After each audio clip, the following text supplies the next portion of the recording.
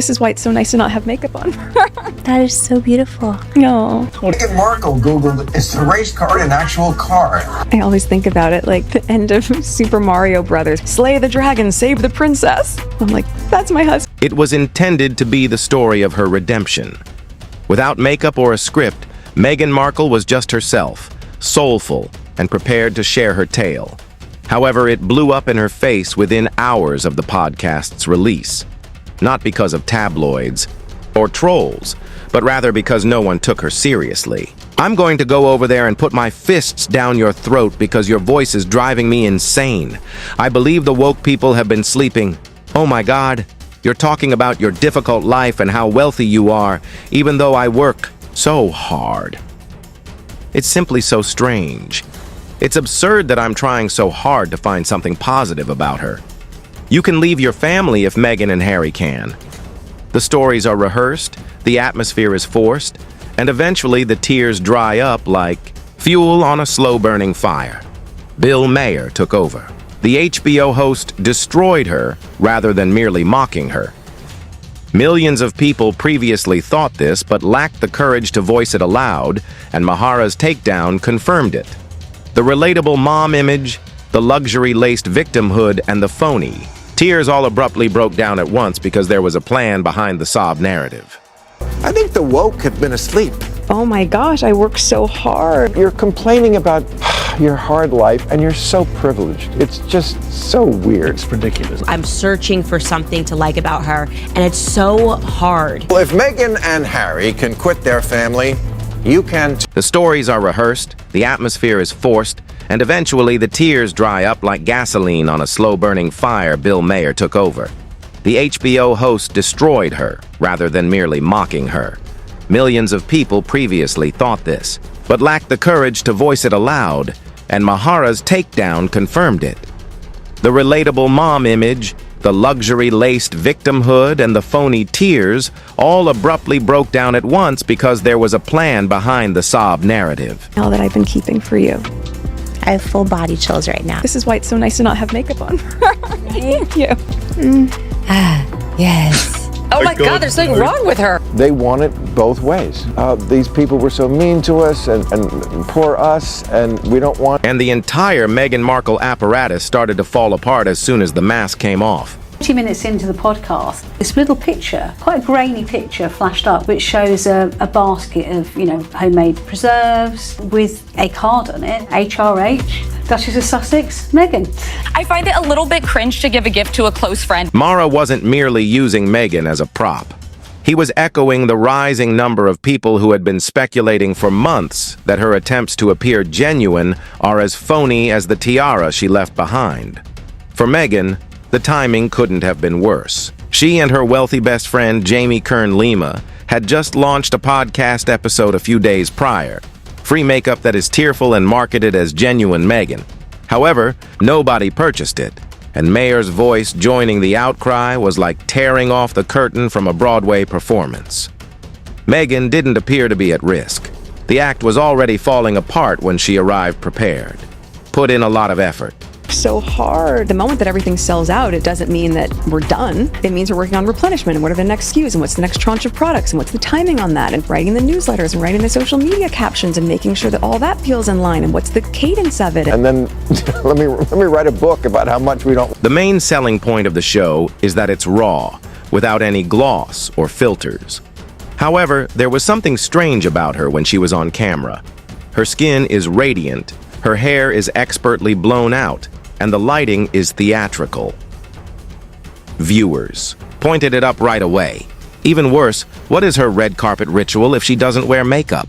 Jaime, her acquaintance, pretended to be an adoring admirer rather than an interviewer. She squealed, "You look the same without makeup? You're really lovely." The show became a feedback cycle of compliments rather than analysis, with each response. From Meghan returning to her brand, her struggles, and her hustling. But since this didn't seem like a woman taking back her voice, people felt coerced rather than connected. It appeared to be a woman relaunching her reputation. I don't have meetings in the morning, then I try to do school drop-off. They're at 2 different schools. So from 6:30 in the morning... You look the exact same with no makeup as makeup, and we're just... That's very...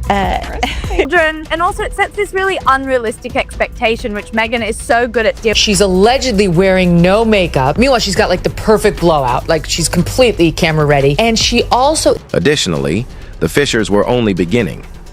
An innocent image appeared on the screen halfway through the episode. A buddy received a basket of preserves and ice cream, but the note's signature grabbed attention more than the jam. Her Majesty, the Duchess of Sussex Meghan, had been expressly instructed not to use that title either publicly or personally, but here she was, signing personal gifts, bearing royal insignia, as if nothing had happened. Did claim that before dating Harry, she never Googled him, and she said she didn't know much about the royal family. She married for money. It's very clear she bagged the elephant. She was thrilled she became a quote. The critics were unflinching. This was branding, not honor or nostalgia. She is still holding on to the crown even when she is ostensibly stepping aside. The royal signature wasn't an error, and she is Meghan the product, not Meghan the person. The message was, I'm still above you. The criticism came right away because you can't sign cards like a queen and cry destitute.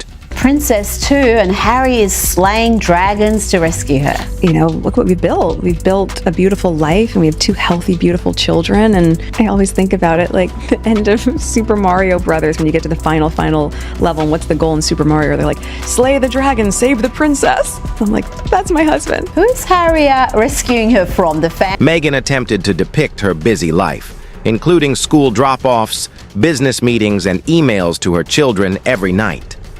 She detailed a day that began at 6:30 a.m. and involved hours of nonstop work, but instead of showing empathy, others rolled their eyes.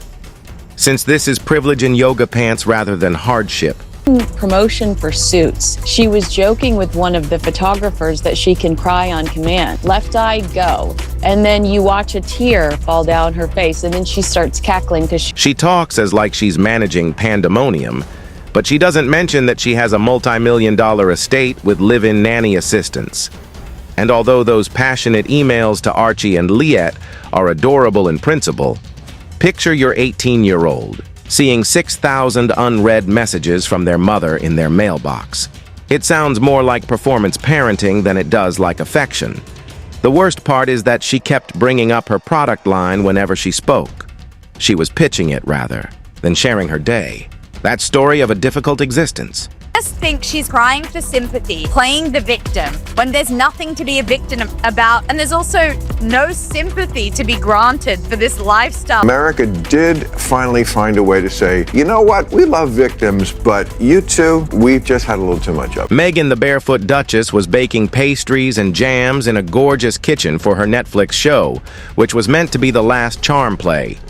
However, viewers weren't interested in what she was making, and they quickly realized that she had never zested a lemon in her life. She looked like she was going to cry just trying to cut a strawberry and the dried flower petals on scrambled eggs, jokingly said one popular comment. She was ridiculed on social media for days. It was the height of Pinterest nonsense. Even, worse, after a month, clients who had ordered her products began to voice their dissatisfaction online because their parcels hadn't come. What a waste of wholesome. Even Goop rejected a collaboration, saying she was too polarizing. Because if you want to market simplicity, you had better live it. Additionally, Meghan was discovered to be falsifying the icing. Despite not making Times 2025 most influential list, Meghan managed to make it to the summit stage. She used a series of ambiguous statements about magic joy and cupcake sprinkles in her speech. Indeed, it was intended to inspire, but it ended up serving as meme fuel instead. One critic said, "She sounds like an AI life coach." Others remarked on how strange it seemed that she was attempting to sound intelligent without actually saying anything. Word soon got out that her PR firm had purchased the speaking engagement. Even if the world no longer ranked her, she was there for the show. Not for any reason, she still desired the picture opportunity. However, the illusion vanished as soon as the ovation subsided. People want reality, not monarchy. and Meghan continued to give them flashcards. While Meghan begged for help, Harry tossed matches at his own relatives. He attacked King Charles in a BBC interview for failing to provide security, saying that his wife and children were in danger and that the crown would be held accountable if anything were to happen to them. The disgusting response from the public, Harry is making the king's cancer battle into a guilt trip. It was described as emotional blackmail in a three-piece suit by one palace insider, because it doesn't seem gutsy to play the victim while accepting Netflix payments. Even former supporters were fired. It reads as treachery. Moreover, Meghan's podcast appeared more akin to a planned public relations campaign than therapy. The issue was that nobody was purchasing it anymore, and then the internet went down. Meghan's tear. As her feelings peaked, she let out a single, flawless drop from her left eye in the middle of a sentence. It appeared genuine until they recalled the commercial videos for her suits, in which she boasted about crying whenever she wanted. She snapped her fingers and whispered, "Let I go," before laughing. Thus, when the identical tear appeared throughout the podcast, it was finished. Even ardent admirers began to question her authenticity. An individual commented, "Even her tears are union-backed." The performance was now too flawless, too neat, too well planned. It's not vulnerability when you cry to connect and others don't feel anything. That is harm. What was expected to be a comeback quickly spiraled into a collapse. The phony authenticity, the overly dramatic speeches, the faked tears, and the Pinterest parenting all got to be too much. Additionally, the illusion is broken when even famous people like Bill Maher express what everyone has been thinking, that Meghan Markle is tired, unlikable, and inauthentic. Meghan attempted to steer the conversation. She attempted to revamp the brand, but the public prefers human beings over duchesses in disguise. Additionally, Meghan simply was unable to deliver. The Meghan Markle machine is running out of runway, the masks are off, and the whispers are loud. Since this drama is far from over, the true question now is if she can withstand the criticism or if the reinvention is truly dead. If you're prepared to hear the whole truth, please leave a remark.